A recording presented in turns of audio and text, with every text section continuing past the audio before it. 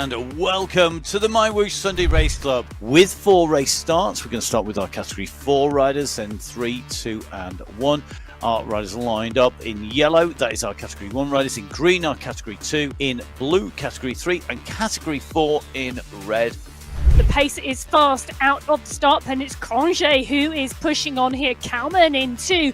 Navarro is in 3. Newman is up there as well, but they're letting Cronje just hang himself out. They're coming. This is going to be the first catch.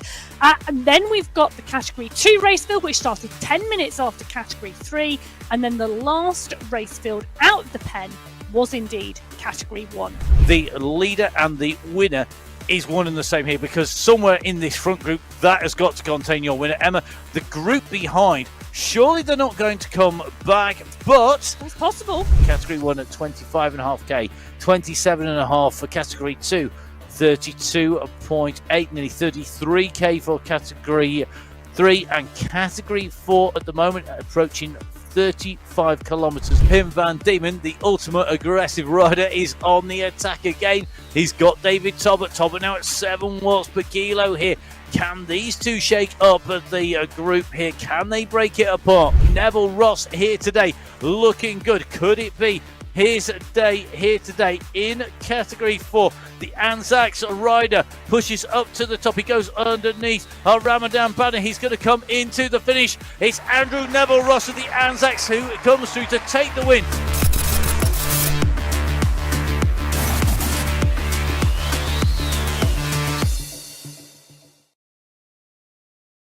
Oh, and welcome to the MyWhoosh Sunday Race Club. It's our March finals, and I'm absolutely stoked. There you go. Today's word of the day, stoked to be on one of my favourite courses. In fact, it's the course that caused me to fall in love with racing on MyWhoosh on the Sunday Race Club. It's the Yela Hafit. And in fact, this is the end of this season anyway. This is our very last show. This is because this means it's 2 years since we've been putting our words to the action, which means we can start again in 7 days' time on a whole new set of races. But we're on the Yela Hafit today. My name's Matt Payne. I'm joined in the studio by the one and only Emma Martin.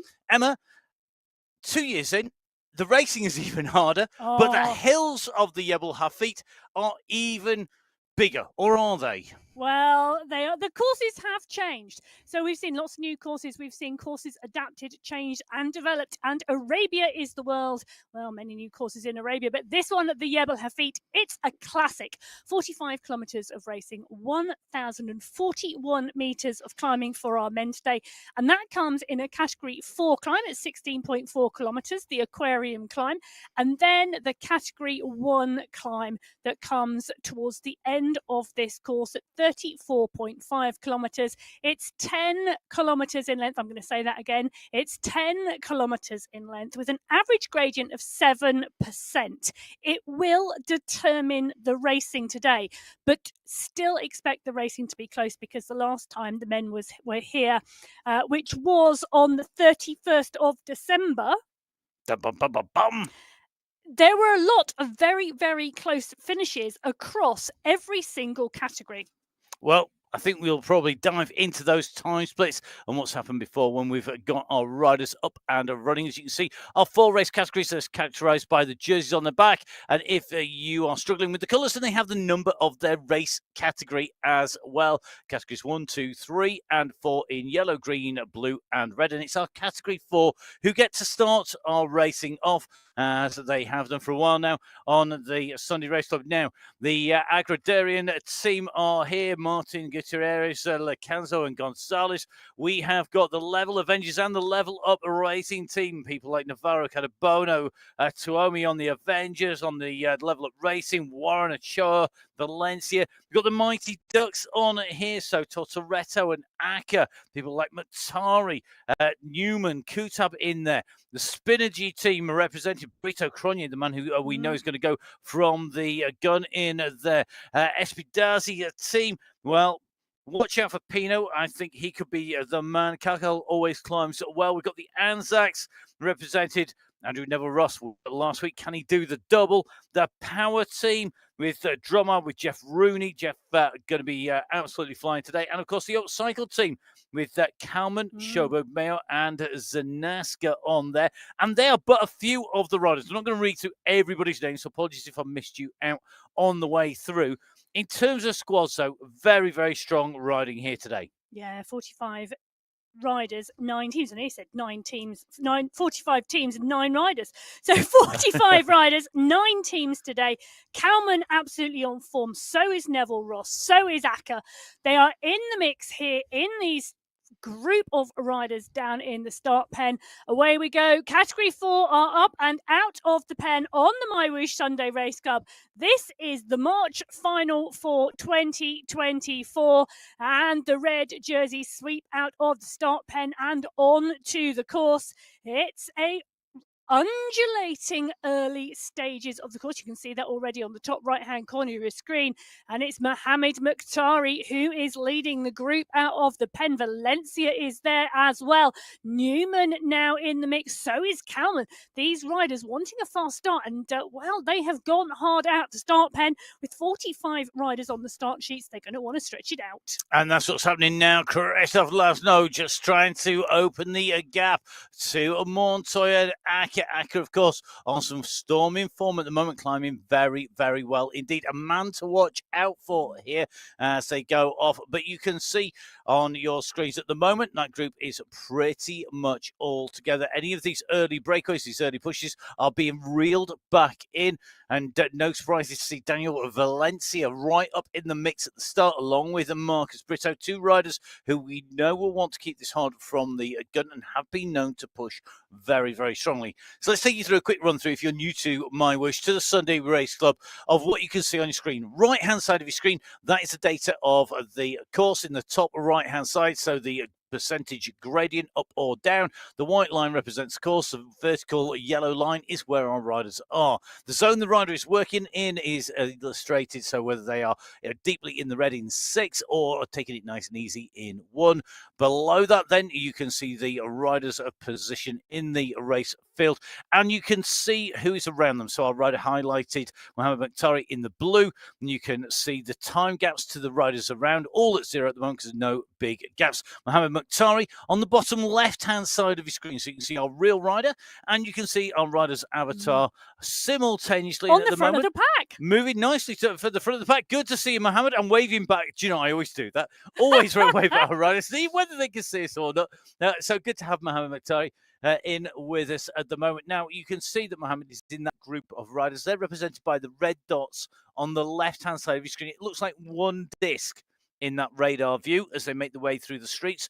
Currently, so far, covering 1.8k, 38 kilometers an hour, now 40 as they go on to this climb. And you can see Mohamed there just kicking on, really revving it up. He's got the power going down at the moment, over 400 watts. And you can see that at the top of your screen. The watts, which are either in white or in green. White is in the wing, green is good. They are pushing on time, heart rate, and pedal cadence up at the top of the screen, as well as the distance covered. Yeah, and Mohamed, they're really showing the great use of cadence on a climb as well on the MyWhoosh Sunday Race Club. Cameron Dadson is the rider pushing on off the front at the moment.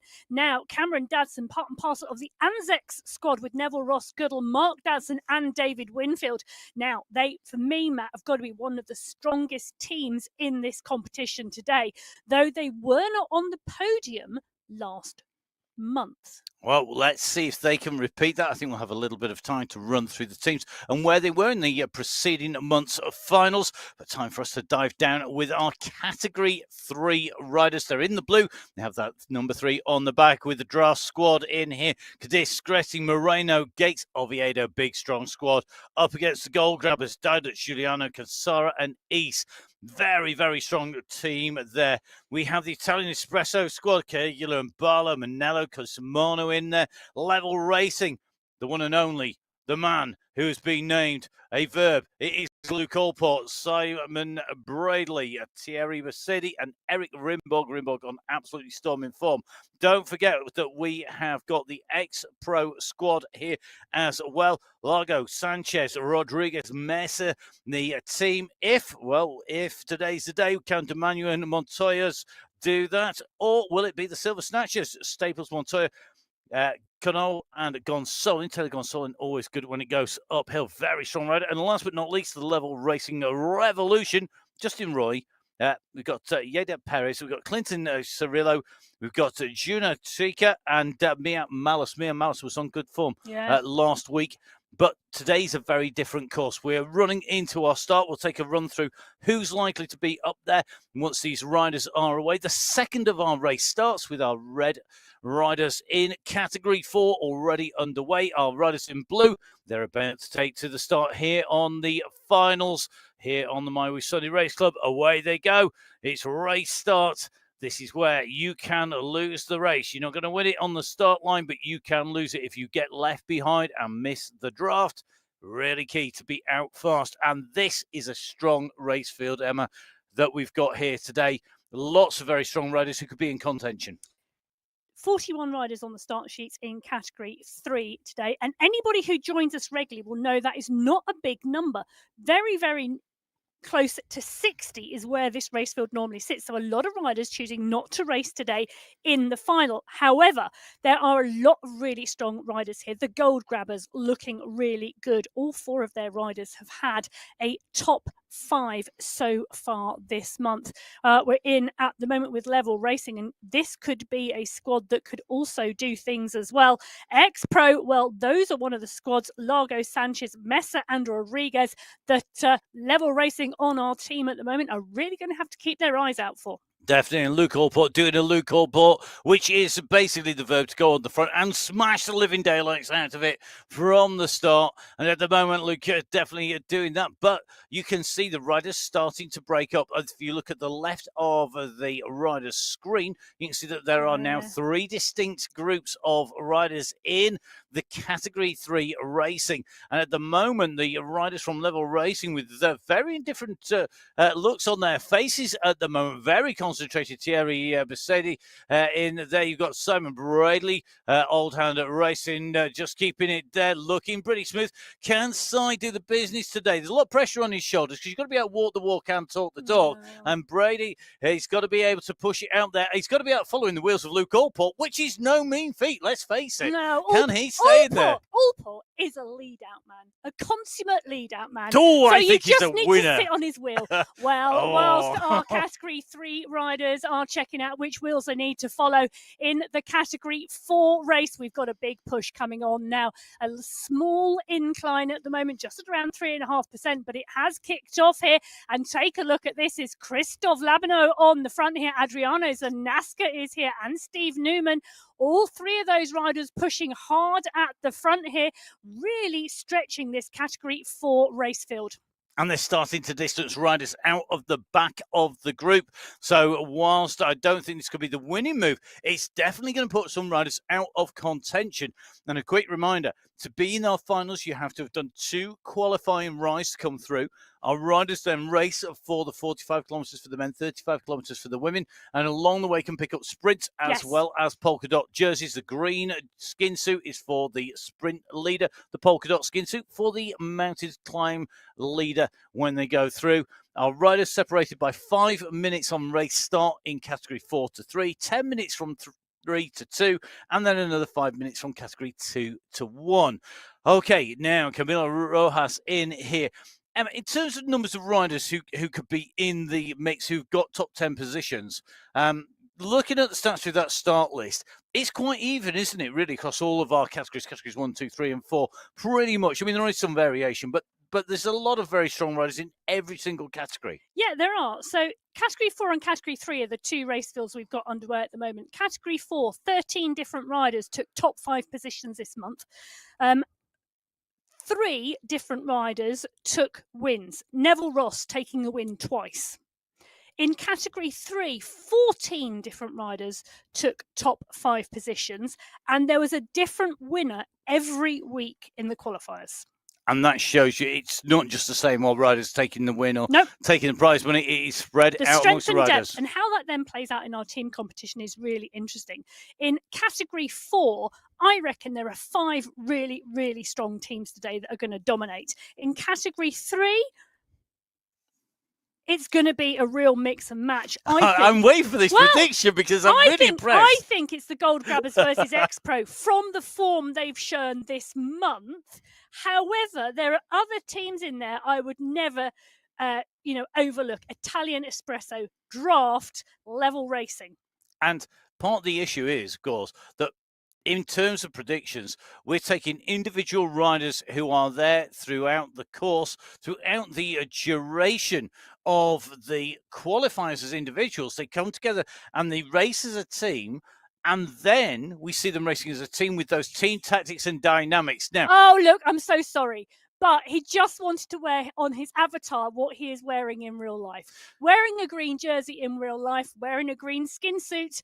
That's the way to do it. It is indeed Level Racing, produced by the Level Clothing, a esports specific jersey being worn there by Cy Bradley. Cy, of course, the designer and the owner of Level Racing, who support the sport and support lots of riders and the teams. So great to see he's absolutely up there. And at the moment, out sprinting Luke Allport, and Luke is obviously going to be buying the coffees and ice creams next time they meet because he's not up with him. Or can he beat him? Is this an inter-team rivalry? Because, of course, not everybody's going to be in those prizes at the finish. I can tell you, Allport was the second fastest rider on category 3 through that sprint.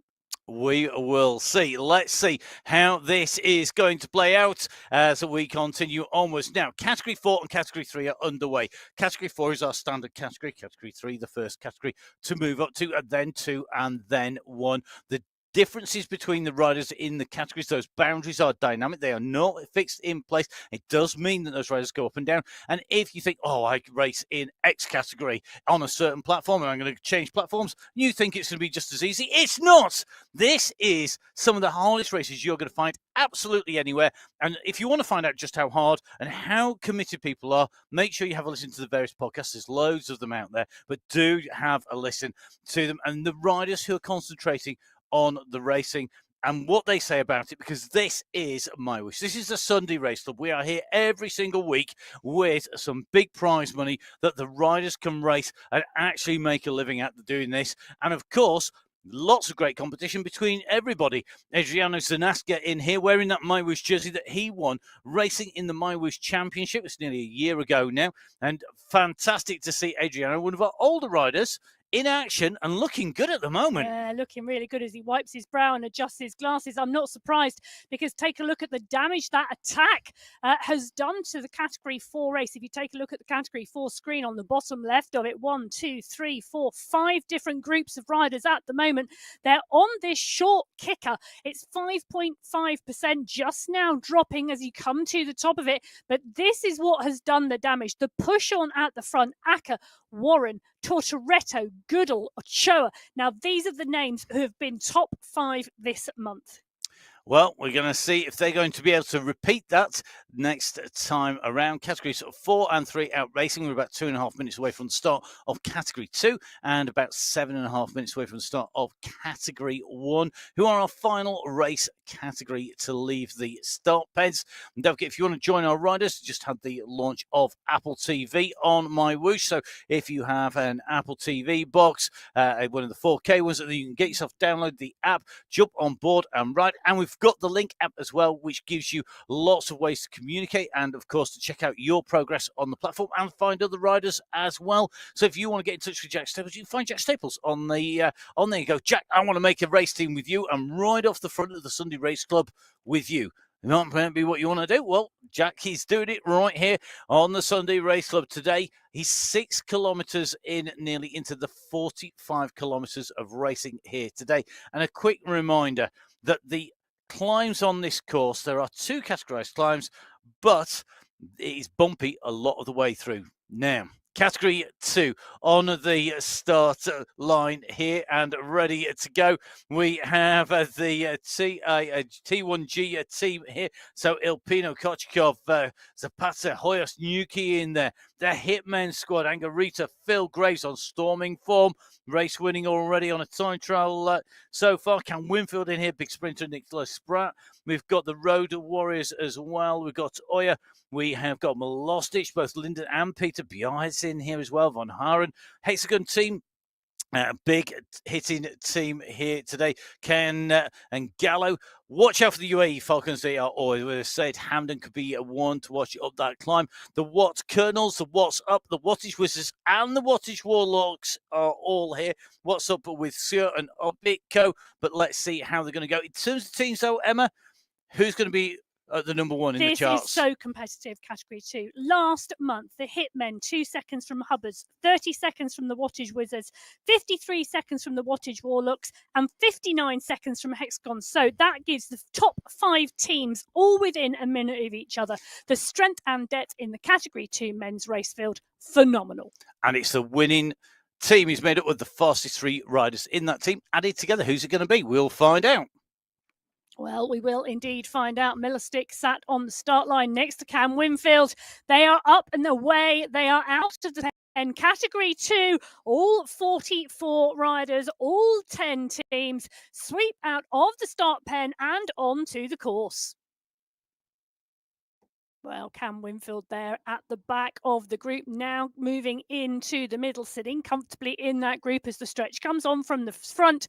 But it is not a hard start at the moment. They are going along this flat section. They will drop down and the pace will increase, but very, very quickly up to around 45 kilometers an hour within the first 300 meters of racing. They wanted to get out fast. They got out smoothly. That was a great job from Category 2.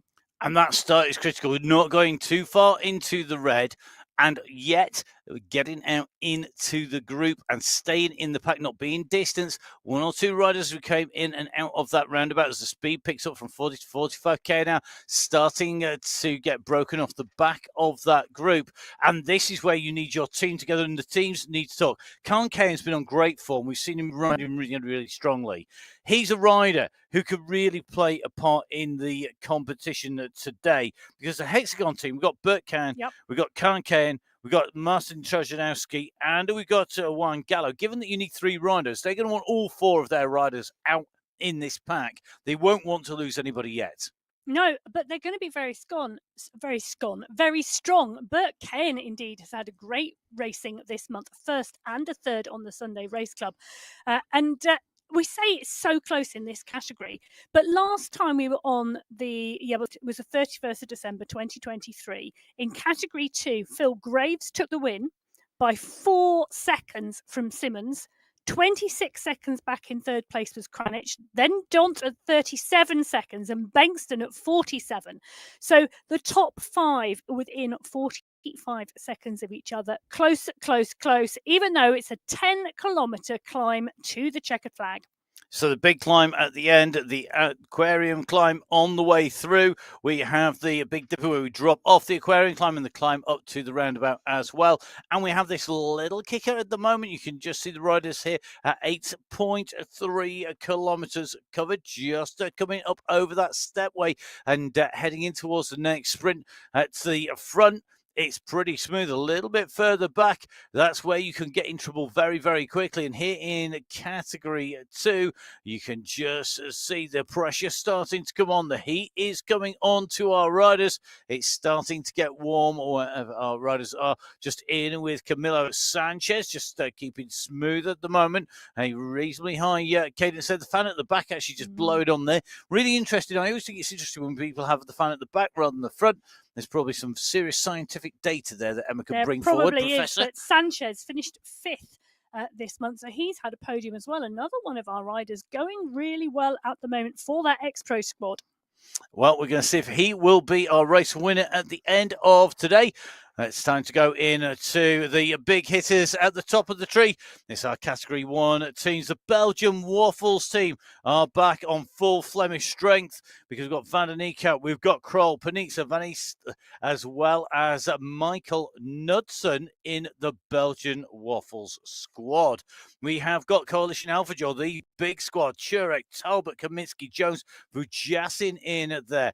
Watch out for the Pain Toasted squad. Jakob Jacobs, Bjorklund, Plantero, Theme, Jochen's got Racing Shocks in here. Ritter, Dan, Morel, Betty, Espina, Carvajal in the team, the Sweet Potato squad. They're represented by Johan Noren, Pim van Diemen, Sai Safrazad, Vidal Met, and Zach Nair. And the UAE clan team headed up by the two stalwarts of the team, the two people who I first rode with on MyWhoosh all those years ago, SS and Mr. X100. Well, the question here today, Matt, is can anybody do anything about Coalition Alphajaw?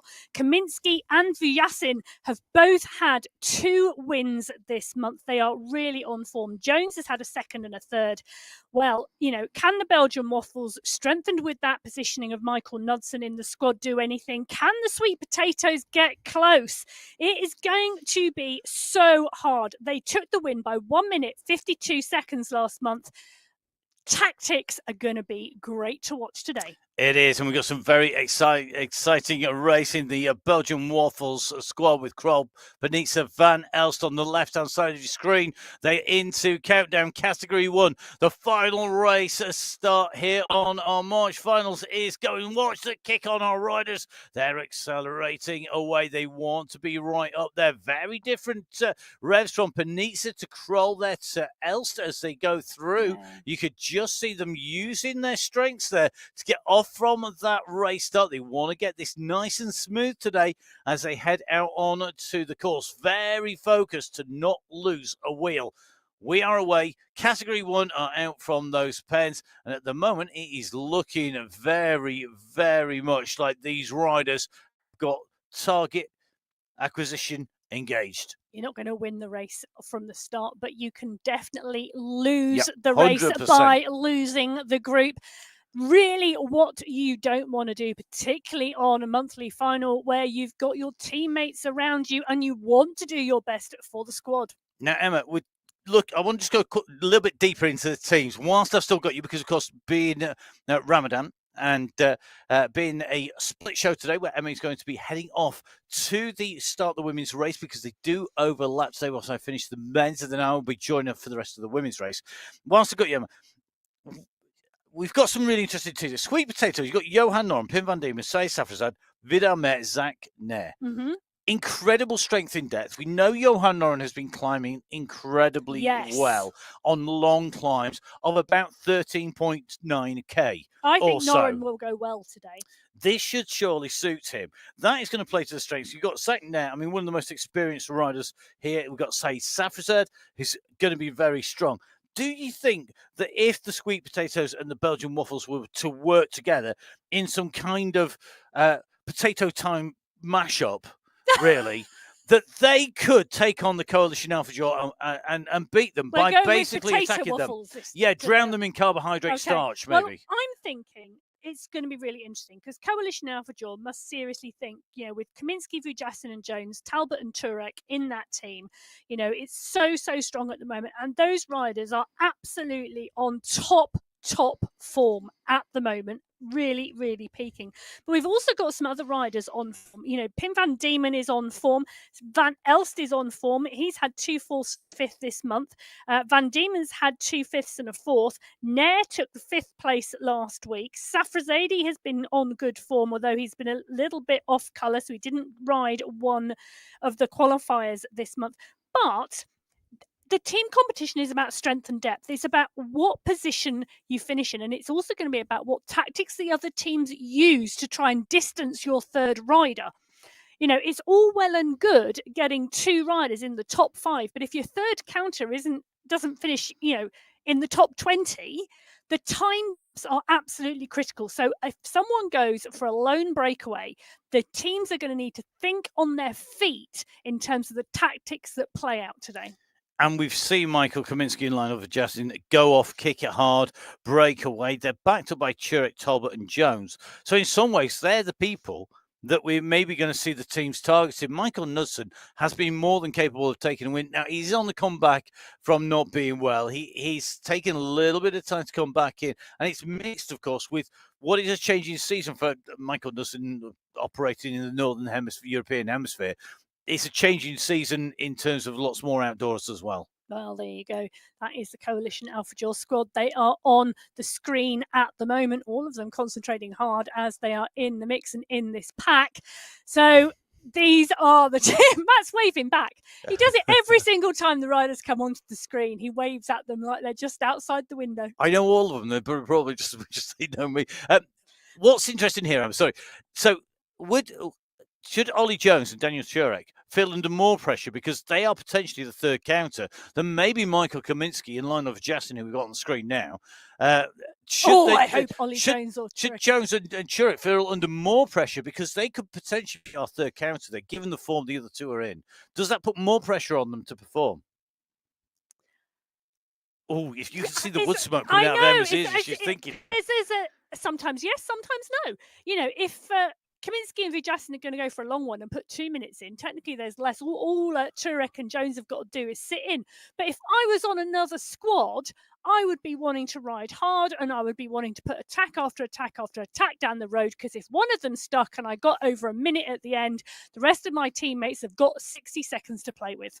Well, on the attack is Mr. X100. We saw him go down there. He is the only rider from Category 1 to break into the top 10, so the rest start to move through behind him.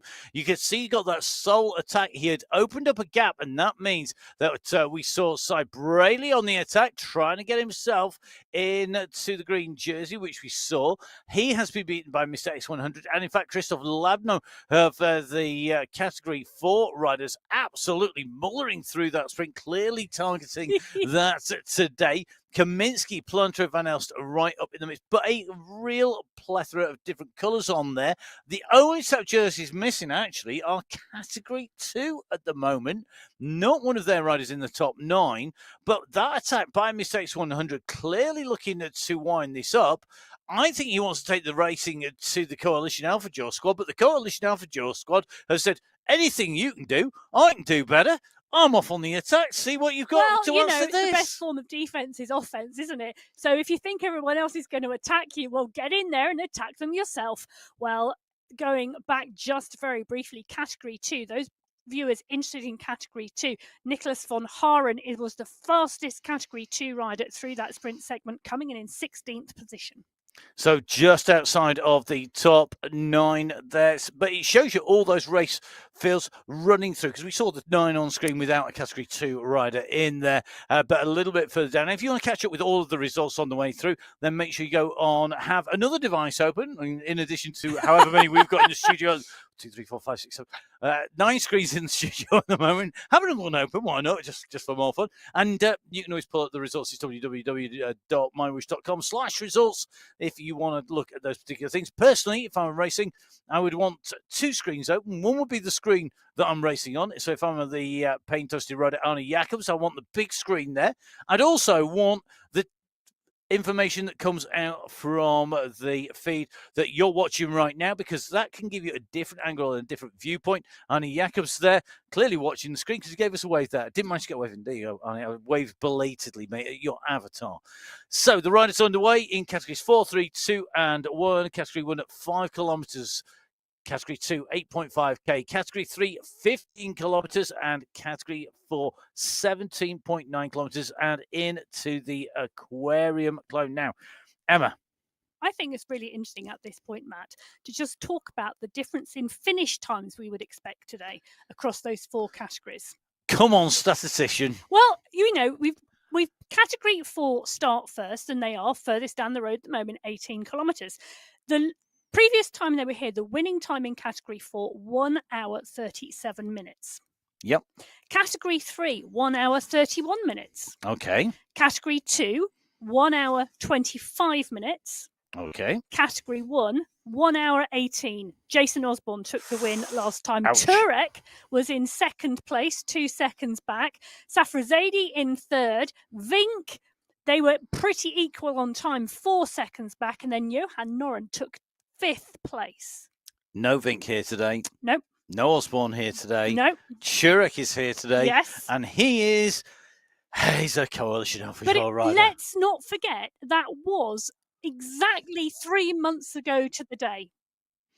That's very true. Let's have a little reminder of what faces our riders at the moment. Let's dive into the Arabian map, remembering those distances that our riders have covered already. The first of our categorized climb is the Aquarian climb at 3.3 kilometers long, 2.9% the average gradient across it. It's a good way to break the group up. It's the first time that the riders really can apply some sustained pressure to the rest of the riders. So then over the top, you've got a very fast descent into the climb out through the roundabout that takes us on towards the Liwa Desert Sprint, the fourth of our sprint lines, represented in green. Then we're on to the big climb at the end. The finish of the climb, we're just going to talk about this very, very briefly here, Emma. This is one of your favourite parts because this is placed your favourite topic in the world ever.com, other than flat rolling bumpy.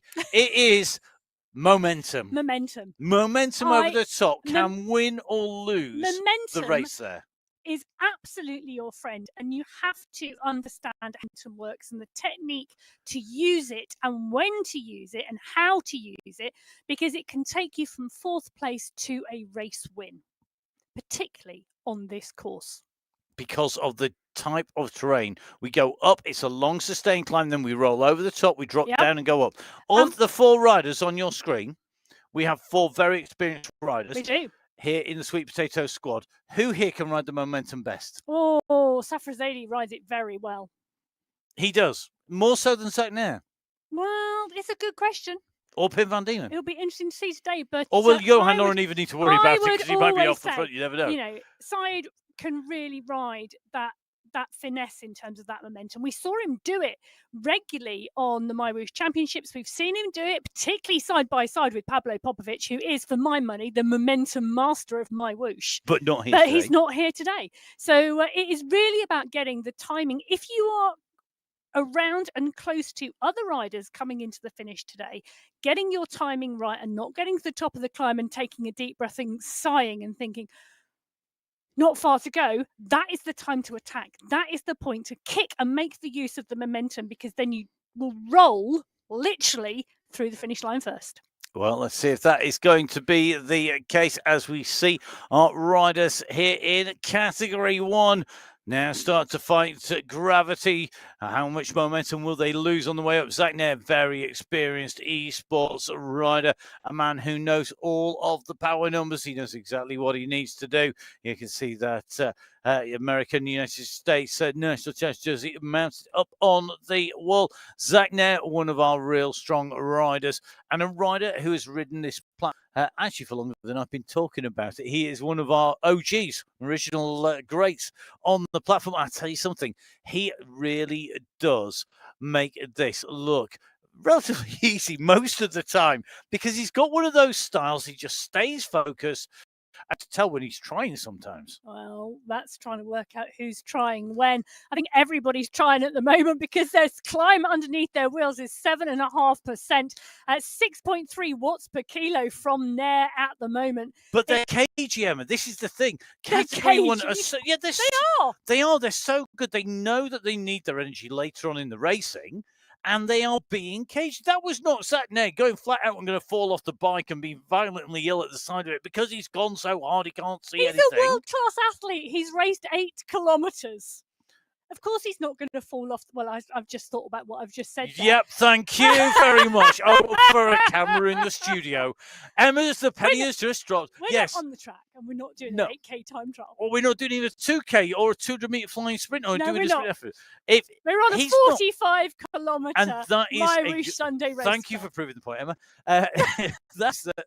They have to measure their effort. You cannot put everything in now, but you equally have got to make sure that you're in the right place at the right time to answer attacks. And when you go over the top of the climb, that is when an attack can go. It could be when you're going in through a sprint section. Now, we don't talk too much about the sprint sections, because in the Sunday Race Club, if you've not watched before, whilst they give you the green points jersey for the sprints, and in fact for the climbs jersey, they are not worth money. They're not worth anything in terms of your position in the overall race. They're worth bragging but rights. You know what? Yep, that's exactly well done. You took the words back out of my mouth.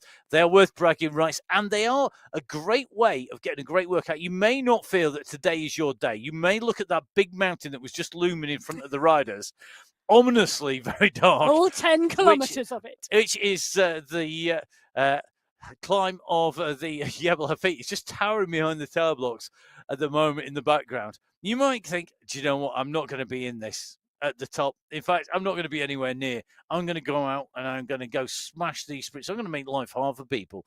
In Category 1, that doesn't seem to be the case. Smashing it out, though, in Category 4, Christoph Laszlo, again, 8.5 watts per kilo. Look at the average watts, nearly 900 watts. Mate, you could have sort of eased back a bit there. He's about 4 seconds clear. In fact, he's 4.02 seconds clear of Khan Kayan. Then it's Nicholas Spratt, so 2 Category 2 riders who've clearly started to pick up the pace. Then it's Category 3 riders with Cirillo, Cy Bradley and Luke Allport, again going for this as a duo. Then it's Category 1. Now, we talked about people kicking on through and using the sprints as an attack point.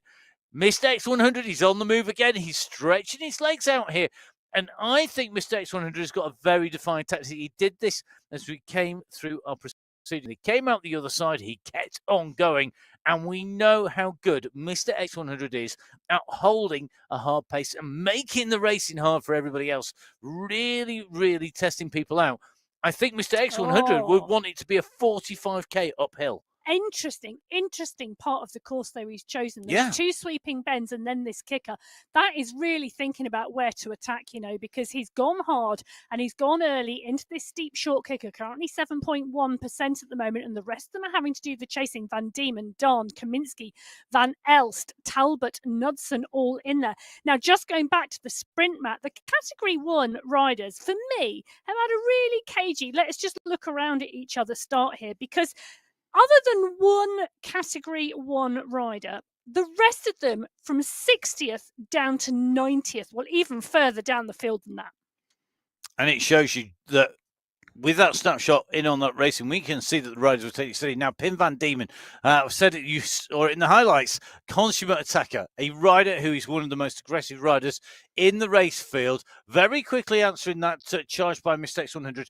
Mr. X100, there's 2 ways of looking at that tactic by Mr. X100. One is that he went absolutely up and over the top because what he wanted to do was to break the race up, but also because he did it going into that steep kicker where riders are going to kick out at 9-10 watts per kilo to kick over it, he nullified the effects of that by going off the front early. It meant he could stay within himself. And that means that now, as they go in through this sprint, I just saw Mr. X100 saying, time to take a turn. Pim Van Diemen, come on through. Van Diemen now goes alongside him. Michael Knudsen's on the wheels. On the way. You and bemoaning the fact we didn't have any yellow on your screens. They're up on your screen.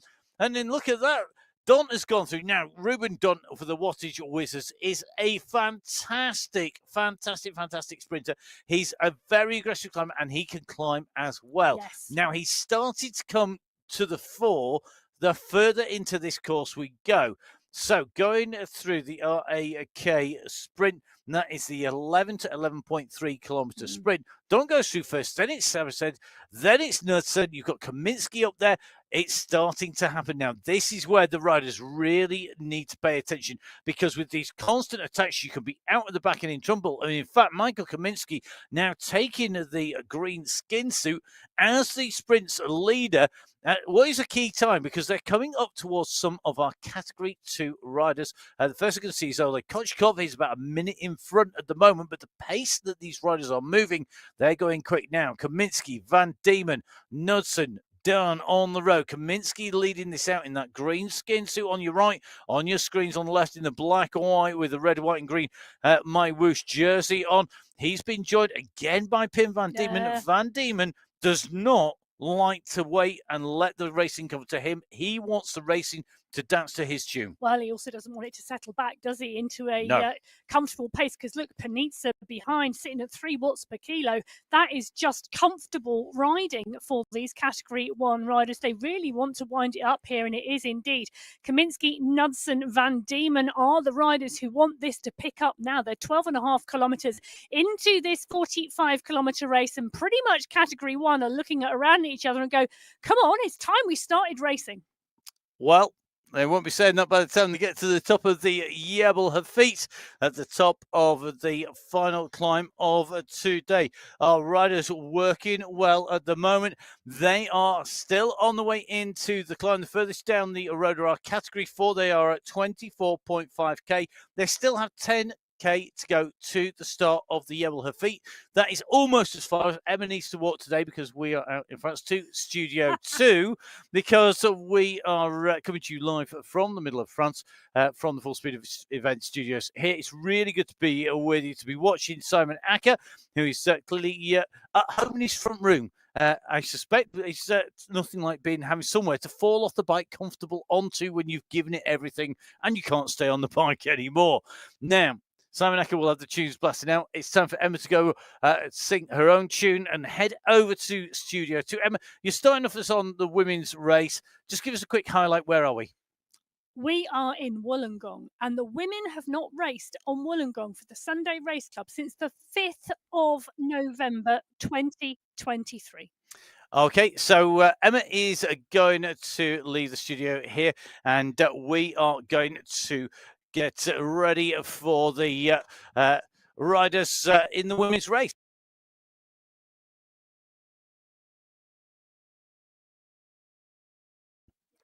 So as our riders make the way around the course, Emma's making her way to Studio 2 here, Full Speed Events. Let's run you through the prize money that our riders have up for grabs today. Don't forget, of course, that we have the individual classification for our riders, 2,160 AED for Category 4, for example. And we also have our team's classification now to win the team's classification, which in Category 3 is 18,000 AED. You need to have 3 finishes in your team. It's the fastest 3 finishes time that counts. As we move up the categories, it goes up in value, 30,000 AED for the Category 2 win in the team competition, and 6,000 AED individually.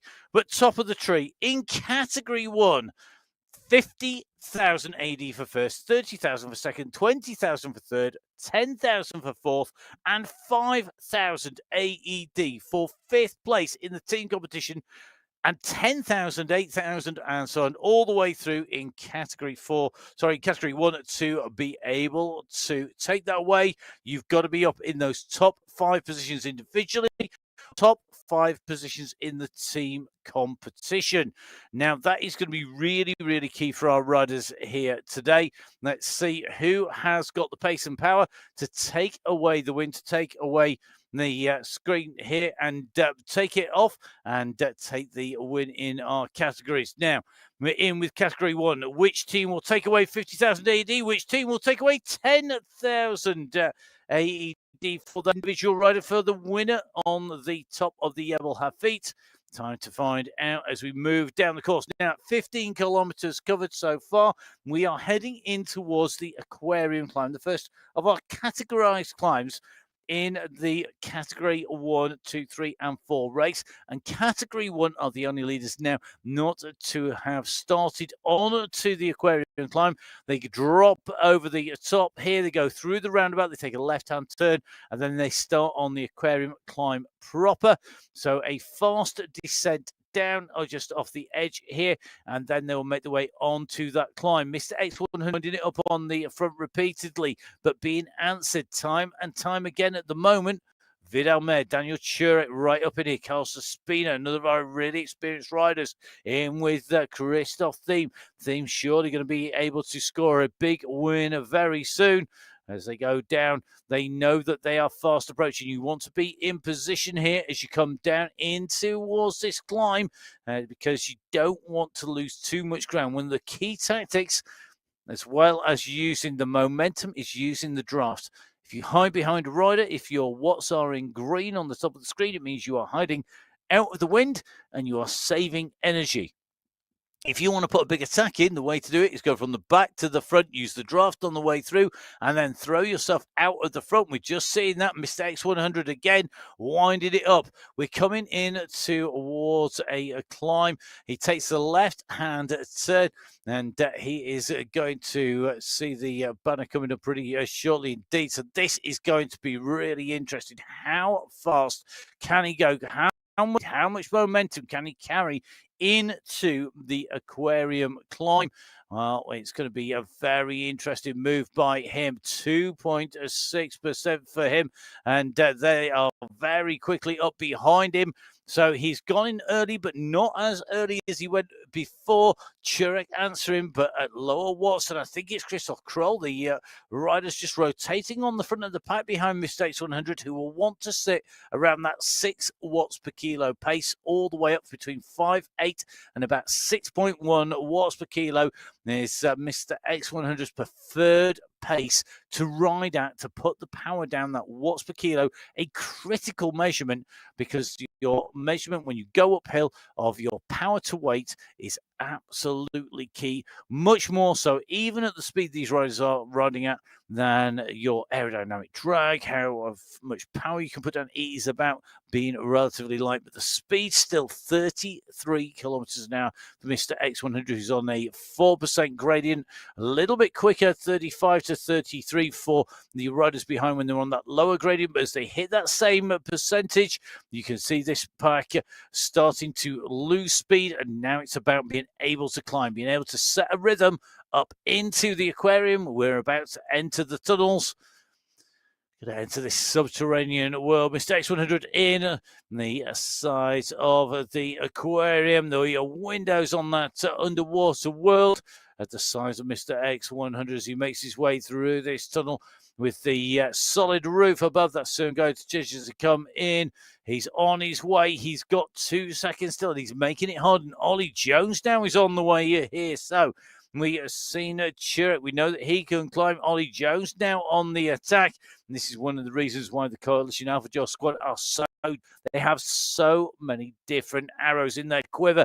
They have so many different shots that they can fire off down the road and to open up the gaps. And Jones it is straight on to the heels of Mr. X100. And if these two work together, they can start to open a gap behind Johan Noren is responding. So Noren at the moment running for that sweet potato squad, picking up the pace, nearly 8 watts per kilo. He's leading the charge to go across, and you can see the front is fracturing as more and more riders go in and invest in this chase. They've got to be on the form, though, because look at this. Jones, X100, Noren and Panizza all have got to cross the gap. That's 4 riders at the front, but the rest of the group, they're right behind and they are coming across. Van Diemen, the next rider to open up to 8 watts per kilo. The next rider, I think, who's going to come across, but he's got masses of company here. Nair, Van Els, Kaminsky, Safisa, Plantero. We've got Björklund, Espina, Justin, all making the way up. You cannot, at this stage, afford to let the wheels go. When the pressure is on, as it is at the moment, if you make a mistake, if you lose concentration for just a moment, you are going to be in very big trouble, because you're going to go out of the back of this group very quickly indeed. This climb, it has a little bit of an easing here, just able to either recover or push on to build the speed up. At the moment, the speed is building, went up to 42 kilometers an hour. I've just seen from Zach Nair. So that's about 25 miles an hour if you work in Imperial. It is going to kick again. When we go over the top is a rolling summit here. So if it's a knife edge summit, it's very much up or down. There's no real transition here. There is a rolling transition over the top. It levels and then it starts dipping down. So you've got to sustain the power over the top of the climb that little bit longer. At the moment, the front of the Category 1 race, Lionel Vajasi now at 9.5 watts per kilo, really starting to make people's legs hurt even more. He's got Zach Nair on his wheel, the 2 on the front piece, by 3 riders together. Make that now 4. Make that the entire pack are on the way again. So they know they cannot afford to let these 2 get any kind of ground. It went to 2 seconds. It's down to 1. It is now going to come right the way down as it comes on. And in some ways now, about watching who is not putting too much effort in, who is riding smart and not expending too much energy. They've not broken anybody off the back of this group at the moment as we go up this climb. The group is all together, and at the moment, the summit, well, it's just around that right-hand turn in the distance. They've got to get there in the group, and then they've got to stay in that group as it accelerates over the top of the climb. So here on the MyWhoosh Sunday Race Club, our Category 1 riders currently at 19.3 kilometres. They will crest the summit of the climb here as they go up and over the top. Kaminsky at the moment in the green jersey in Category 1. It's going to be Van Horen in Category 2. It's going to be Allport in Category 3. And in Category 4, Navarro was leading that. We're going to see if he's going to maintain that as he goes into the next sprint here, because this is about to get those points if you're in the green. If you are a rider who's concentrating on the polka dot, now is the time where Category 1 will find out who has climbed the fastest, because they will get the polka dot skin suit, and it looks like it is going to be Kaminsky. Just waiting for that screen to update. There we go. Michael Kaminsky taking the fastest time. So this is the time through that segment, through the climb section, 5 minutes 36.23. So if you think you can ride quick uphill, get yourself onto MyWhoosh, on to the platform and ride up the aquarium climb. Do the same climb here in Arabia in 5:36.23. You probably better get on the start line every Sunday, because you're going to be up there with the best.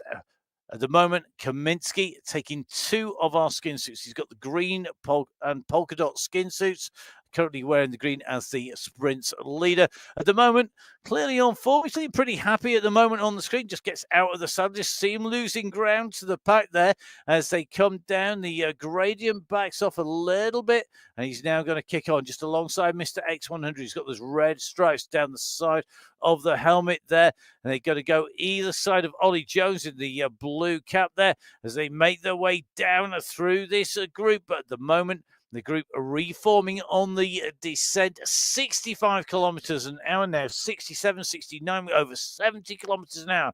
The pace this pack is moving is so quick, you cannot afford to lose a wheel. At the moment, the group looking good. Kaminsky just rolling to the back of this group again as he comes down here. He can't afford to go too far back, but he'll be wanting to save energy. You can see that he had his watts in green.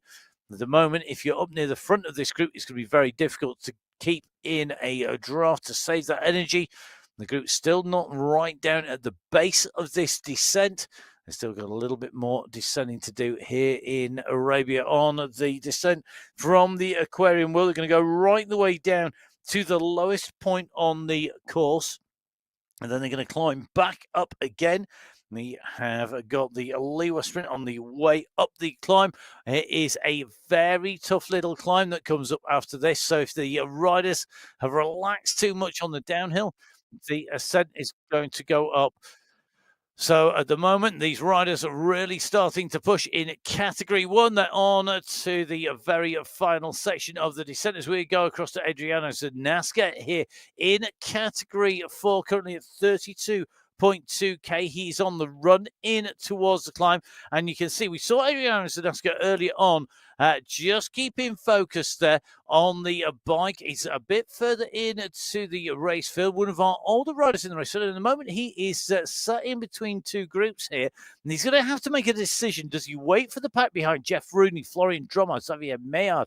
The riders immediately behind him. They're at about 5 seconds. Can they get back in with Zanaska here? Zanaska has some assistance, but it won't be for long. Remember, the climb starts at 34.5k, but Zanaska's looking good. Here we go. Riders making their way up there. A variety of emotions being expressed by our riders. Everything from Usain Bolt to I'm nearly out of battery here. I'm almost on my knees. But Zanaska jumps in with the group. Maillard, Kutaba, Dromard, Zanaska, all in this pack. Can they keep on pushing? You've got to find riders to go work with you. Work as a group, you're going to go much quicker. Mr. X100, he's not found somebody to match his pace as they come down here, and he is using that downhill. So Emma was talking about momentum earlier. Using the momentum of the downhill to push yourself along the flat, to give yourself some breathing room, using that pace. Mr. X100 has used the pace. He's gone off the front of the group. Now, the group have to decide, do they chase? Do they just ride at a tempo? Do they rely on the climb that is coming up to pull him back? it is a very tough climb. This takes us up through the roundabout. This ascent out from the low point here on the course is not easy. And at 23.7k, we are over half race distance, even if we're not at over half of the climbing ascending. We're currently 228 meters, so about a quarter of the height ascended of the total 1,041 meters of ascent. And that's the total height ascent, so about a quarter of the way in terms of height gain, over half race distance covered. At the moment, Mr. X100 leading the Category 1 field with a gap of about 3 seconds back to the big pack. What is left of our leading group in Category 1? You can see them on the right-hand side of the screen. Now coming to the big screen, this is the chasing group. They're going to close down on Mr. X100, who's been making their life tough. They're about 30 seconds to about 2 riders in Category 2, and then they're going to start picking with increasing regularity as they make their way up through the race field. At the moment, Lionel Vijastin looking very smooth, just out of the saddle. You can see him dancing on those pedals at the moment. In this group, one of the big favourites. Can he come good on that today? There's a big payday waiting at the end if he can, but he's got to be in it to win. He's got to get up there. He's got to get to the climb with the group, not be dropped, not put too much energy in, and still have enough left to take himself up to the climb without going too far into the red. Go into that red zone too soon. You are going to absolutely hemorrhage time when we go over those final sections. You've got to get the pacing right. Mr. X100 at the moment still sitting at a pace that is comfortable for him on the front of the race here. At the moment, just tapping out a rhythm that is meaning the rest are having to chase up this climb to a degree. They're not going flat out, but they are definitely working here. What's left of Category 1 in terms of leaders, chasing down Mr. X100, our sole leader on the road, but it's only about 20 meters or so at the moment from our leader to this chasing group. And that is going to come back together. It levels off very shortly and then kicks again. So Category 1 split into 2 main lead areas. You've got the leading rider, Mr. X100 at the moment, 3 seconds still between him and that chasing group. As they've leveled off, the distance increases.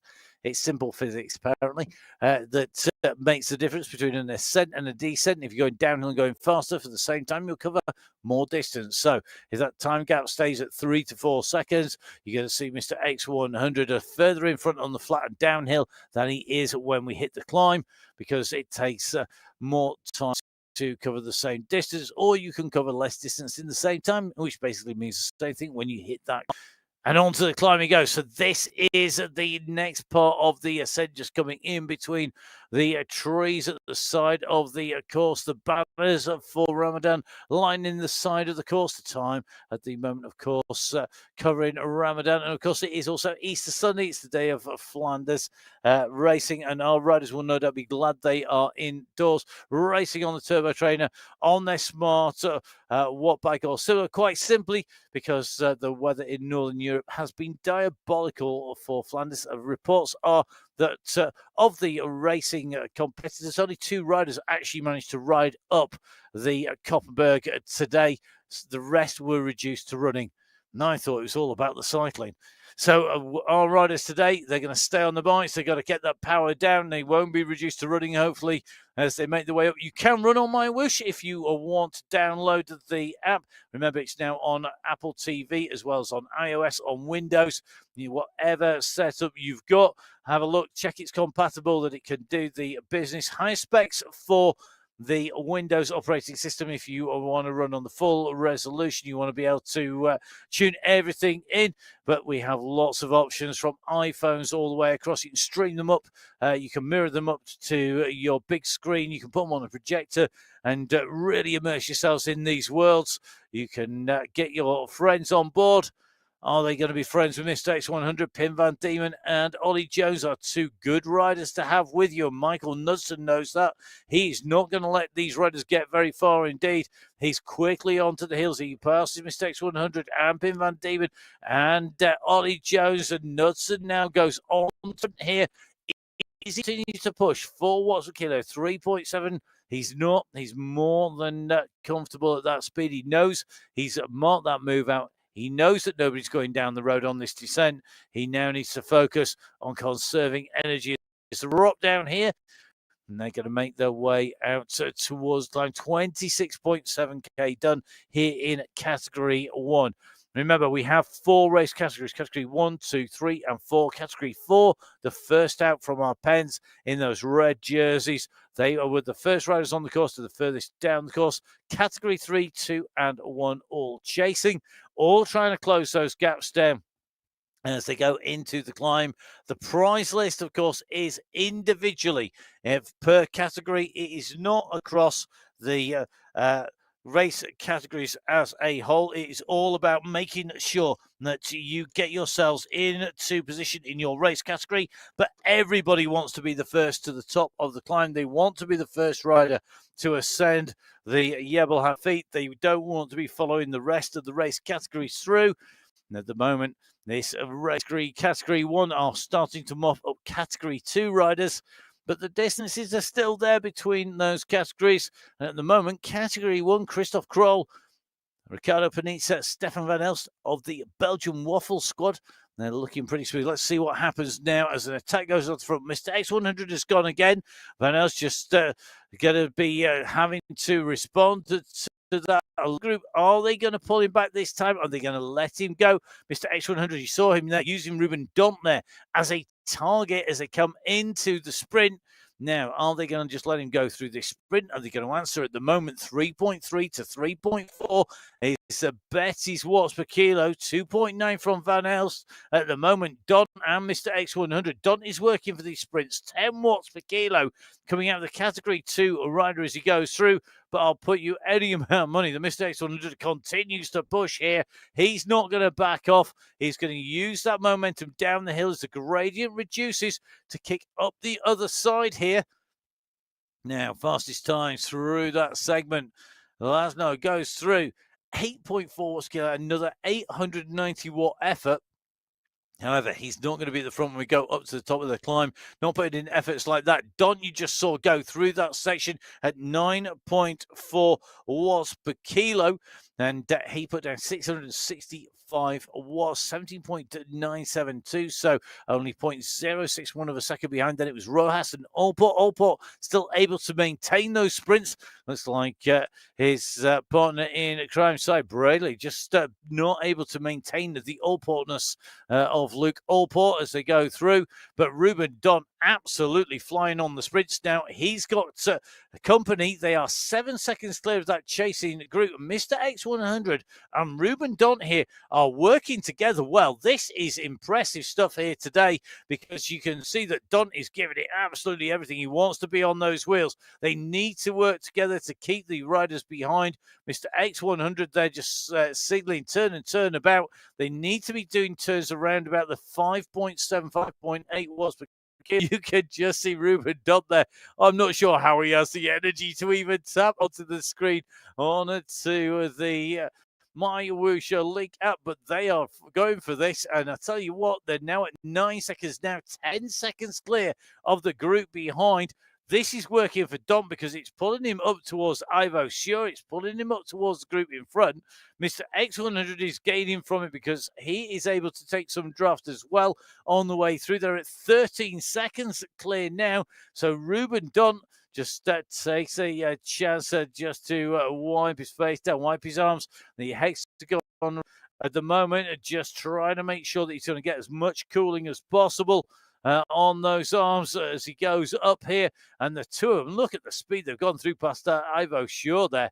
They've absolutely nailed this, and Sure he's not getting on.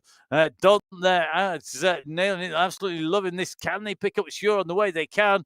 So here we go. Ivo Sure and Ruben Dont are together now. So they are going to be making the way up this straight. Now, remember, this is all about being able to push as hard as you can to get yourself into position to be in the right place at the right time. Can he do it? Now, Ruben Dont are riding for the Wattage Wizards here on MyWhoosh. He's with Ivo Sure on the road at the moment. Ivo not pushing in that same team, but he's doing a good ride at the moment. He's got to try and stay with the power, though, of Mr. X100, and that is very, very tough at the moment because that gap is now 20 seconds back. Ivo short there. You can just see the back wheel out of the bike up onto the turbo trainer, and he's continuing to push on. He's got to work hard here. 7 seconds gap to Don. He may well be able to take advantage, though, of the big bunch that is coming his way, dependent on where they catch him. Because if you're caught on a climb, it's very hard as a lower category rider to jump onto a fast group. If you get caught onto a descent or on a section, you can make the most of the draft and hide out the way, and the draft will basically pick up the gap in between the power that you can put down. Now, next kick coming through, Mr. X100 and Ruben. Are they going to go for this sprint here? I'm not sure they are. Don is definitely doing so. 9.910 watts per kilo. He's really winding his way in through here. He clearly wants to take that jersey. Mr. X100 does not want to let him go too far because he'll want to pick the pace up all the way through and out the other side. Don eases back, 3.1 watts per kilo for Don, 3.3. What's the fastest time? At the moment, it is done at 20.048. He's got over the top of Christoph Lavno, who came through at 843 watts, but it's watts per kilo that are key. And we've seen Ruben Don, a lean, mean machine. His 9.8 watts per kilo coming out. That translates as a average watts of 693. Leading that through and setting the fastest time. But can they stay with Mr. X100, who has exchanged his yellow jersey for the green skin suit? So, green shorts, green jersey, number 1 on the back. That is Mr. X100. The green skin suit rather than the green jersey, denoting that he's a sprint leader. He's a category 1 rider, courtesy of the number 1 on his back, and continuing to push here, clear of the group. And wait for this, it is currently hovering around the 30-second mark between the riders. 20 seconds, sorry, at the moment. It just yo-yos up and down a little. 18 seconds now. So, Ruben Dont absolutely flying here with Mr. X100. These two are making a great duo out on the course. The Category 2 rider, Dont. The Category 1 rider, Mr. X100. Really, you're putting the pressure on those pedals. And look behind them. Can you see anybody? No, they are a long way back. Sure, the nearest rider at 29 seconds, over 30 seconds back to the pack, and this is giving them a run onto the climb. Quick reminder, we hit the final climb at 34.5 kilometers. It's going to be really interesting to see how these riders in Category 1 and 2 approach this climb. Our 2 sets of riders on the way in towards the climb. They're going well at the moment, but remember, we have riders on the way up in front to see how they're going. Let's see how they do when they hit the climb. Mr. X100 absolutely motoring clear. He's absolutely flying at the moment. Will he be able to hold this? I'm going to see as he goes on. Don, I think at the moment, has lost the wheel here of Mr. X100. Don at 2.7 watts per kilo. He stayed with him as long as he could, but Mr. X100 currently motoring at 5.5 watts per kilo behind. 30 seconds to Kroll, to Dam, Panitsa, Kaminsky, Nair. They are all working to close that gap down. They are looking at what gap will they allow Mr. X100 down the road at the moment. That is currently holding around about the 33, 34 second marker from this group to Mr. X100 over 4 seconds. So he's continuing to open the gap, and they don't look worried here. This is where communication is going to be key between the teams. They're going to need to talk to each other in Category 1. They want to know what is happening and who to ride for. The same is true here in Category 3. The Category 3 leaders now starting to make their way through a group of riders in Category 4 at the moment. Cy Bradley going out the back of that leading group. All that work doing an all-put and sprinting on the front may well have done the damage to the legs of Simon as he goes up onto the climb. And Henry East is currently at the back of the pack in front as Braley tries to pull himself back up using those riders there. And you can just see Luke Allport at the moment. He's absolutely mullering that bike at the top. You look at Cy Braley, that's frantic, that's hamster-like in his pedaling. He's absolutely spinning his heart out here. 95, 96 revs per minute, 97. How fast can Cy Braley's legs go before they fall off? He's giving it everything to try and stay with that group. Thierry Bassetti looking like a cool customer at the moment, just turning those legs around, and at the moment it looks to me like that gap really has opened up in front. 21 seconds now to the group in front. And the man from Level Racing now out of the saddle as the gradient kicks to 13.5%. They're well onto the climb. But look at this. Mr. X100 here is chasing hard. He's trying to close that gap down. Can you get that group back? This is going to be tough stuff here today for him. He's going to try and stay clear. He has got nearly 1 minute. He's 55 seconds between Category 1 leader and the Category 1 chasers. Mr. X100 has taken the lead onto the climb. They've let him go.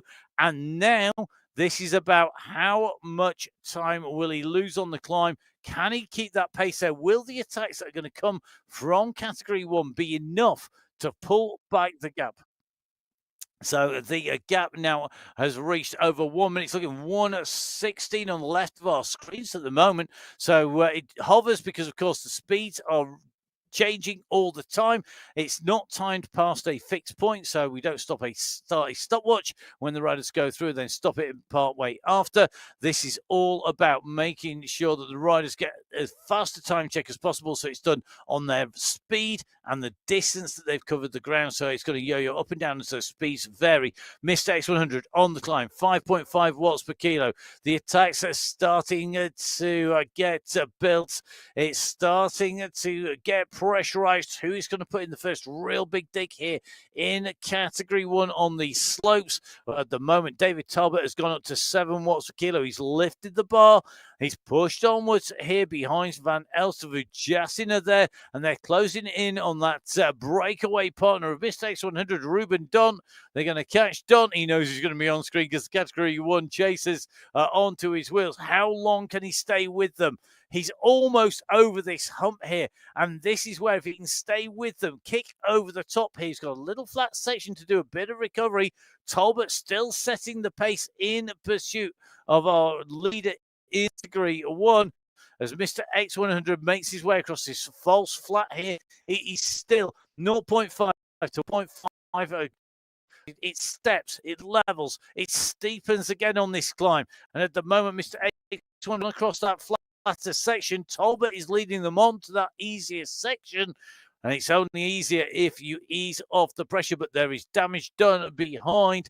The gap's still holding 45 seconds. The gap that is between Mr. X100 leading in Category 1 on the climb. So, top left-hand side of your screen, Category 1 leader in the green skin suit of our points winner is Mr. X100.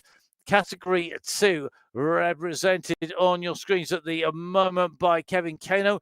They are currently making their way up the climb at 37k. At 39.5 kilometers, you have the Category 4 leaders, and the category leaders, well, they are at 8 points. So the riders at the moment are not separated by very much on the ground. In fact, 3.8k separating these riders at the moment. 39.5 the furthest riders, 500 meters front to the front of Category 3. Further back down the hill, though, they're starting to put the pressure on in all off the back. If you look at the bottom left-hand side of your screen, you can see that radar view as they come around this left-hand turn, coming into the right. Now, yellow riders, their avatars being distanced from the leading group. Our leader, Mr. X100, is seeing that gap come down into single-digit seconds, I suspect, because they are coming at pace, and it's now being led by Michael Kaminski. Already starts to push it. You see that green skin suit of Mr. X100 in front. So the polka dot jersey wearer, the fastest man up the aquarium climb. First of our two categorized climbs here today with this group, but look at the mob in him. They carried momentum through, and they over the top. Kaminsky jumps into the back of the pack, used that draft. You can see he has managed to latch himself back on again. No problems at all. That little kick up, and you can see in the grid, X100 being closed here by the chasers behind Knudsen. Now 1 second behind. It's nothing. In fact, he's onto his heels here. So long-time teammates Michael Knudsen and Mr. X100 there is giving the right. My back is dead. I've had enough. It's hurting like crazy. And I don't blame him. It was a long, solid breakaway into the climb. The group are working well. Let's see how they continue onwards. Let's watch them for a moment.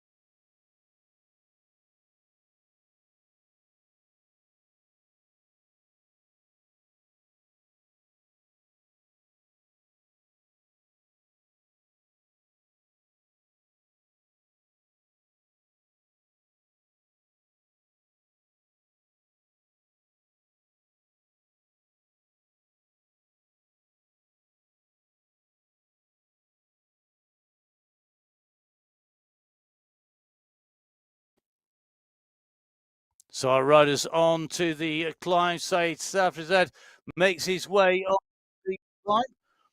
He's looking good here. He was burying himself. We saw that on the screen. 1 hour, 18 minutes is the time to complete this climb. Last time we were on the race. At the moment, we are just ticking on to 56 minutes. Really key here. These riders have paced this right. David Talbot leading them up here in front of Van Elst, in front of Safrizad, in front of Knudsen. Is it going to be his day today? David Talbot has really been improving. The Coalition Alpha Jaw rider, I think, has got this course dialed. He's got the platform dialed. He knows just how to ride it, and the pressure that's being put on is scattering riders down behind them. You can see the amount of dots on the hillside, on those curves, on the turns. They really have opened up the gaps now. And that's on the left-hand side of your screen. On the right-hand side of your screen, Natus Kalman in category 4 are leaders currently inside the last 5,000 meters, the last 5 kilometers. They are currently working the way around. They're going to come into the tight left-hand turn very shortly. And at the moment, Goodall leading from Kalangad at the minute. We're going to see if he can continue to stay clear. He's the one rider up in front who is clear of Kalangad by some minutes. It's going to be a big ask to pull him back, I think, at the minute, because Kalangad, Kalman, Tortoretto, Winfield, Newman, Tuomi, they are fighting it out with Acker for that team competition with the race leader a long way in front. Just taking a look at that time gap up to Goodall. That is a huge, huge gap at the moment. Then Kalangad is behind. So Kalangad is at 148 or so to this man. And David Goodall, well, he has been absolutely flying. How long before this man moves through to Category 3 from Category 4? He is nailing this climb here on the historic climb of the Jebel Hafid, the climb that is used in the Tour here time and time again. It's a really, really critical part of all the races, men's and women's, as they make their way up on to this climb. It is one of those climbs that splits the riders, it splits the leaders. It can be decisive. Get the timing right here. It will work in your favor. Kalangad has got to move. Joshua Kalangad, you can see him giving it everything. Oh, he's digging in deep, that mouth wide open, sucking in the oxygen. He's got to make it count. He has got 4 seconds on Toretto. And you know what? Behind, they all know that they're in with a chance of prizes. If you discount David Goodall as taking away top spot, we have Kalangad, we have Winfield, we have Tortoretto, we have Kalman, we have Newman, we have 5 riders for 4 prizes. Somebody is going to lose out in that group. This is going to be key. Now, Goodall has got to keep this pace going. 41.8k, 3.2k to the top in Category 4. Category 1, that group are really working here to break the gear, rest up Kaminsky, Van Els, Vujasi, Noren in the leading groups here. There's nothing separating them. They've dispatched most of the other riders. Safrazad in there as well. Tolbert is holding, so is Churek. So it's looking good for the coalition. Alpha Joe Scott in terms of strength, in depth, in terms of the riders on the front, and the big squad, the experienced esports race squad working like absolutely lunatics to try and stay clear of the rest of that pack. But this is going to be key. What can you do on the top here? What do you do when you are mixing it up with the other category riders? You can just see Ian McCarroll getting caught here. He's going to try and hold on as long as he can with this surging Category 1 pack. Phil Graves, though, in Category 2 at the front of the group. And Graves knows how to win. A winner on one of the old time trial courses I used to ride on a long time ago. Phil Graves, a very good man at pacing. Now, that was a race of 10 miles or 16k. Covering that in 20 minutes or so. So basically going 30 miles per hour or 50k per hour, but that would have been pancake flat. And we'll see whether or not he can produce that kind of form on the top of the climb going uphill here. He has got competition. Trojanski up there. It looks like he is in the mix. So is Tatu Koinstonen. And it's a big pack of riders immediately behind Graves, behind Trojanski. They're closing in on Luke Allport. They're closing in on Luca Bala in Category 3 in front. And it looks like they're going to be the first of the riders that they're going to catch after a little bit of a gap as they make their way up. So categories 1, 2, 3, and 4 on your screen. David Goodall leading category 4, 42.5k done, 41.5k done for category 3. 40k completed for the leaders in category 2 and 39.1, just 900 meters behind. Category 1 leaders starting to sweep up the riders, and we do have the potential here that category 1 are going to catch category 2 on the slopes here of the Jebel Hafid, and when they catch the leaders and any of those big groups, it makes life much more difficult because any aerodynamic advantage of being a rider behind in a group of category 1 is temporarily negated because the lead rider gets drafted off the riders that they're catching up. Now, if you catch a category 4 rider, there's probably going to be a relatively big differential in pace. Catch category 3 should be less than catch category 2. It could be pretty close. And that means that the more category 2 riders they catch, the more likely it is that they're going to use the pace that's there and that they're going to be able to use the front of the group. Behind, you can see Knudsen is working hard to try and close the gap down. The back of this group with Kaminsky and Noren, they're class acts, and that is going to be a tough act to get that gap down for Knudsen at 8 seconds, and then nearly 20 seconds down. People like Panizza and co. They are further back as we see Michael Kaminsky moving up in that polka dot jersey. This is looking good at the moment for Churek, for Kaminsky, for Vajasin. and for Talbot.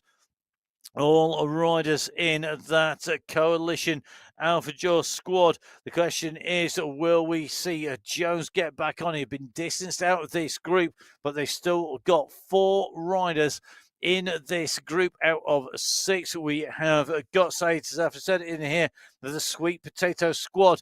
He is tucked into this group. So is Johan Noren. I'm just going to take a look to see if we can see where people like Pim van Diemen, Vidal Met, and Zach Nair are, but I don't think they're in this group, which means that it should be Coalition Alpha Jaws for the taking, but it's going to be all about who's got anything left in the legs. They're catching category 2. They're able to use a little bit of draft. You can see the watts at the top center of your screen going into the green. They continue to push here onto the climb. 8 watts per kilo on the ascent here. This is tough stuff. As they go up on to the climb, they're holding a ferocious pace at the moment in category 1, 2, 3, and 4. You can see every one of our categories are giving it absolutely everything.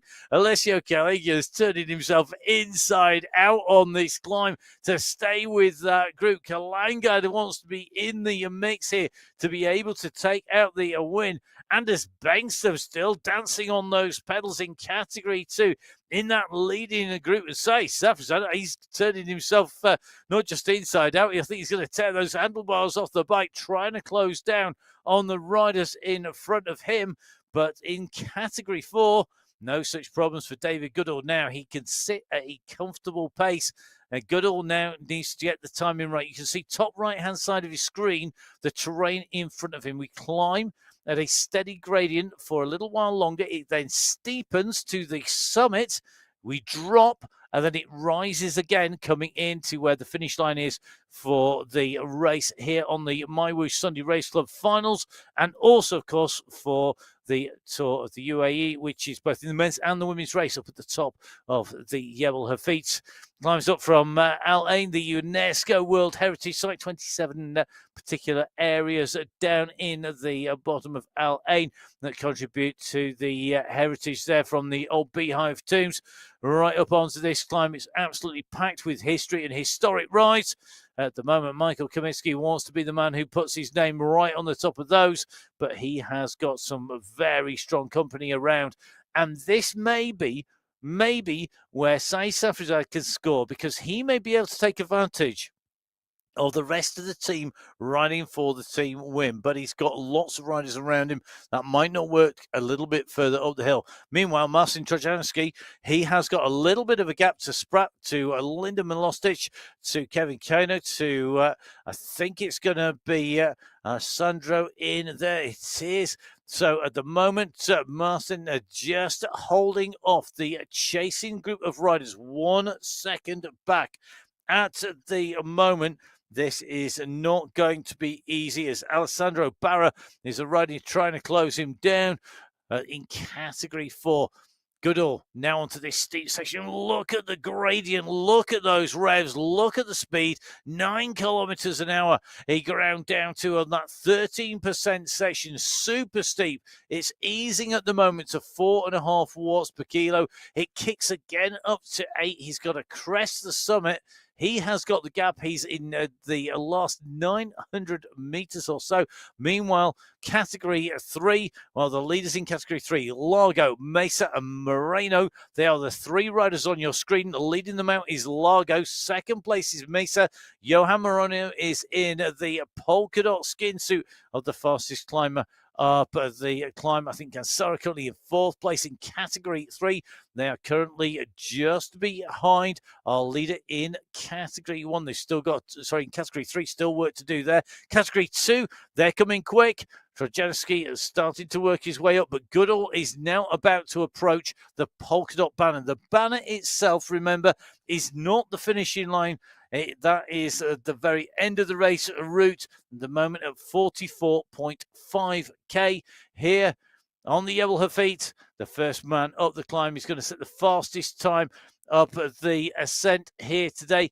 And that is going to be David Goodall. 34 minutes of climbing and 4 seconds for Goodall as he goes up the climb. He now rolls down. He's going to kick back up again. He's used the momentum of that descent. He's now onto the final ascent, the final right-hand turn. It takes him to that finishing line. What a ride here on the Yebel Hafid. David Goodall here in the MyWhoosh Sunday Race Club. The March finals. He's going to come to the line. It's David Goodall all the way to the line. He wears the polka dot skin suit. He has the race win. Your winner in Category 4 here on the MyWhoosh Sunday Race Club at March finals. David Goodall doing the business. Now behind him, Tortoretto has got a gap on Kalman and Kalangad, but Kalangad has got Winfield right on his heels. That's going to be really close. That's in Category 4 for the positions behind our race leader, now winner. In Category 1, you can see a Chirk at the moment. He's working at the moment to leave everybody else behind at the moment. Daniel Chirk looking good at the moment. In Category 2, Linda Milostic has got a little bit of a gap here on Tatu Koistanen, as well as Alejandro Barrow. And at the moment, Milostic just making the most of these riders he's going through. He's got a long train of riders in front. He needs to make the most of each and every one of those sets of draft that are available. There's that little bit of respite as he comes up the climb. The next one about 13 seconds in front of him. In Category 3, so Category 3, we haven't had our leader turn into a winner yet in Category 3. At the moment, Largo has a fractional gap to Newen, who's on the same time, rolling around behind him, but he's a Category 4 rider. It's 14 seconds back to the nearest rider in Category 3. So whilst Newman is hovering on his heels, he doesn't need to worry about him. He's further back. Now, diving in here with Daniel Chirek. Chirek from Van Els, 9 seconds at the moment. So Chirek looking to maximize the gap for the Coalition Alpha Joe squad. I think this will be Daniel Chirek's very first win on the MyWhoosh Sunday Race Club that I can recall over the last 2 years. He's looking very strong at the moment. So Chirek coming into the right-hand turn here. He's still got a substantial distance. It's still kilometers rather than hundreds of meters to go as we see the riders making the way up here. Alejandro Largo takes the fastest time on the climb in Category 3. He's gone to the top of the standings overall as well for that climb. Really motoring his way up there, but he's going to be the first rider in for Category 3 into our finish on the elevated roadway. The red carpet is rolled out for him as he comes into this right-hand turn. Will he be able to make it his? He can walk to the line. He's got so much of a time gap. Alejandro Largo, your race winner on the MyWhoosh Sunday Race Club March Finals in Category 3. Great rider by Largo. He comes in across the line. He's clear of Moreno and Metallo and Mesa. They are racing the way in Category 3. In Category 2, they're at 43.4K. So they still have a reasonable distance to the finish. They are being closed down at some pace, though, by Daniel Chirek. Chirek now the solo leader in Category 1. He has gone clear, and I don't think the Coalition Alpha Joel riders are prepared to chase him down in any way, shape, or form as he goes around the side of Carncain, who we saw earlier on our screens looking pretty cool and composed at the start of today's racing. Well, he looks good, resplendent in that polka dot skin suit of the Category 2 best climber to this point. However, the man who's flying, Daniel Chirek, just going to be flying his way up. You can see once that gradient kicks in, 7.88%. How long can Carncain hold the wheel of Chirek? It's going to be of limited time. Category 1, a little bit further than these riders to go to our race finish. They're on the final steep kick here because this is where it goes right the way up to 13%. It then will ease again as they go up and over the top, drop down and kick again. At the moment, the Category 2 leaders at 44 kilometers covered and 1 kilometer to the finish. Chirek on the left of your screens, 43.3, which means he's got still 1.7K to the finish. So The riders are making their way up here. Tatu Koivunen looking good at the moment. He's out of the saddle. Has he got his timing right? Tatu Koivunen been getting stronger and stronger. It could be his day, but here comes Trojanowski. He's not going to let the winning prize slip away from him. He does not want to let go at all of the rider. Tatu Koivunen, he moves on his left-hand side there. So the cap of Trojanowski goes through over the right-hand side. You can see Koivunen responding with the black hair, the yellow socks, the white socks, and the red hair there. That is Alejandro Barrow. They're all kicking, though. They want to be on the front, and Barrow now just goes over the top of Koivunen. They've still got Trojanowski in front. They know that as they go over the top here, 500 meters to go. It's going to kick down the hill. It's going to be about taking momentum and taking speed. Trojanowski has got a slight gap. 2 seconds is the gap. There are riders sandwiched all around him at the moment. Trojanowski has got a little bit of a gap coming into the finish. It's about making it in to the line. Valencia is in front of him here. Skretting is in front. Brady's in front. They're not going to get a look in the speed that Marcin Trojanowski is going. The Category 2 leader is going to lead them out up here. But he has got Tatu Koivunen going over the top of him. And Koivunen has now got the lead at the front here in Category 2. Koivunen's kicking, and he's opening up the gap. I don't think Trojanowski's got anything left. Tatu Koivunen takes the win on that final run through, uses the momentum to come in ahead of Marcin Trojanowski. Great riding there by Koivunen to take the win in Category 2. Very, very close indeed, coming down to those final few meters. Okay, so here we go. The riders on the climb here. Daniel Churek working his way up here. Looking good at the moment. He's got the gap. He's about to come to 500 meters to go. He's going to go underneath the archway behind him, though. The chase is on. And I tell you something, the man you wouldn't want chasing you is Michael Kaminsky. Will Kaminsky chase his teammate down?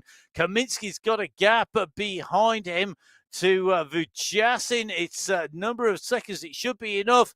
Has Churek got enough to stay clear of Kaminsky? He rolls in first onto this section. Has he carried the most momentum in? He has got Burtcan between him. In fact, he's got 4 riders between him and Kaminsky. It should be enough. This should be a win in the March finals for the Category 1 rider. Daniel Churek, he comes up to the UCI banner. Well, what a ride. Daniel Churek takes the win. He's the first rider from Category 1 in and through the line, being chased to the line by Michael Kaminsky. He's going to take second place here today. Or is he? Oh, he almost gets rolled on the line by Lionel Vujasin. That might have come down to a photo. Kaminsky eased off too much too soon. That was nearly a rookie error there from the experienced riders that came in. Now, Noren with Talbot behind him. These 2 riders are chasing hard all the way into the finish. Johan Noren working hard out of the saddle. Talbot is behind him. Talbot can see Noren is starting to tie up here. Noren's got to kick again. He does. Noren is going to come in front of David Talbot, or is he? Here they go to the line. Talbot gets his timing right. That is going to come down to a photo finish. Indeed, it does. 0.122 of a second separating Talbot from Noren as they came in. So Churek in 1, Kaminsky in 2, Vujasin in 3. No doubting the team today. Coalition AlphaJoy will take that away, putting riders in 1, 2, and 3. Say Stafford's taking 4th place here today for the Sweet Potato Squad. Stefan van der Els taking 5th place for the Belgian Waffles.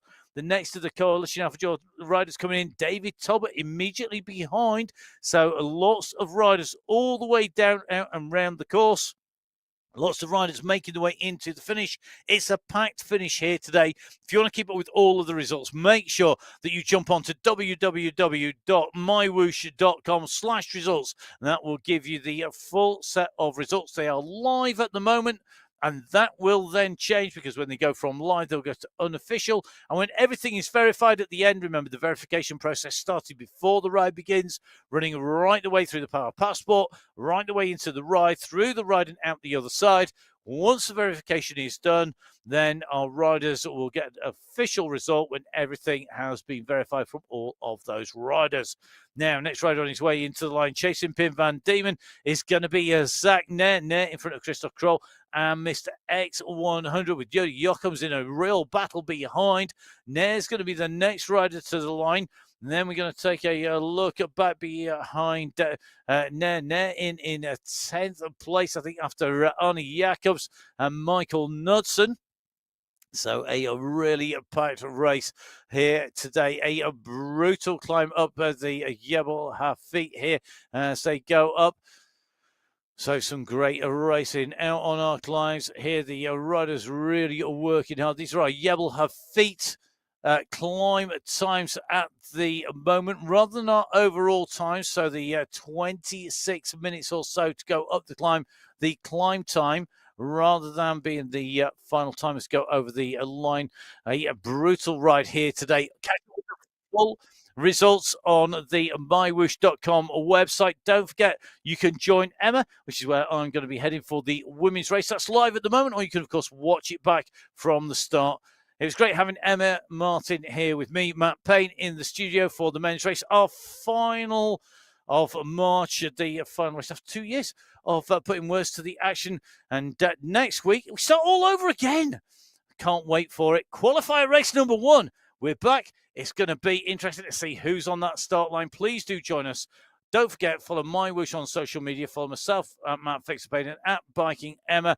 And don't forget, of course, all of this made possible by the amazing team behind the scenes. So a big, big thank you to them for all of their hard work. So thank you, guys. Thank you, everybody, for watching. Time to stay safe. Enjoy your riding. Ramadan Mubarak.